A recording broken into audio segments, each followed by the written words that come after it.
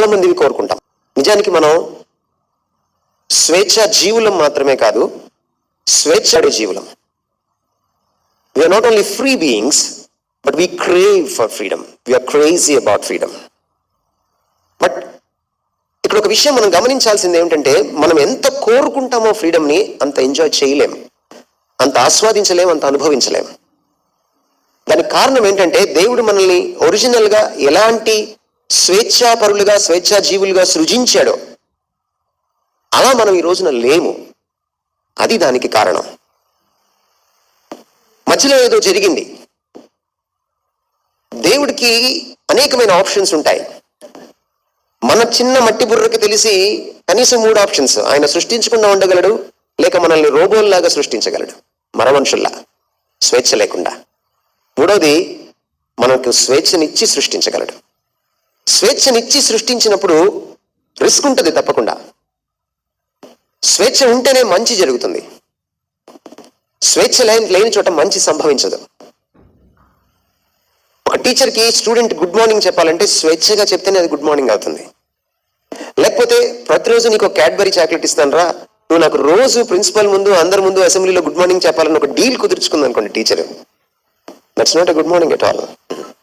అది గౌరవం అవ్వదు. ప్రేమించాలంటే స్వేచ్ఛ ఉండాలి, మంచి చేయాలంటే స్వేచ్ఛ ఉండాలి, ఆరాధించాలంటే స్వేచ్ఛ ఉండాలి. ఇప్పుడు మనం ఆరాధించాం కాసేపు. These are all voluntary things అన్నమాట. స్వచ్ఛందంగా చేసేటువంటి పనులు ఇవన్నీ కూడా. ఒక్కసారి ప్రపంచాన్ని ఊహించుకోండి స్వేచ్ఛ లేకుండా.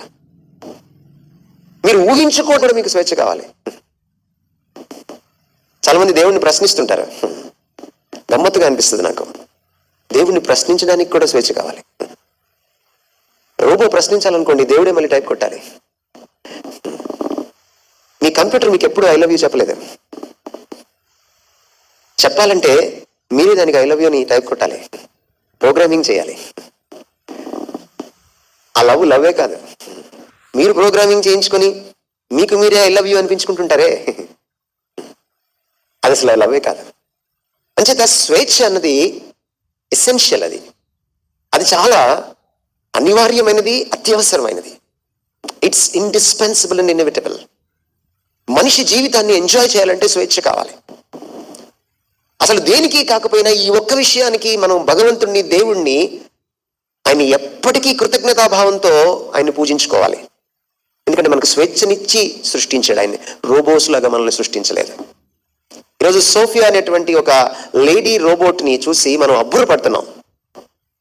మరి మనంతటా మనమే ఆలోచించగలిగి చివరికి సూసైడ్ చేసుకోగలిగినంత స్వేచ్ఛ. రోబో ఎప్పుడైనా సూసైడ్ చేసుకుంటుందా? ప్రోగ్రామింగ్ చేయాలి మళ్ళీ.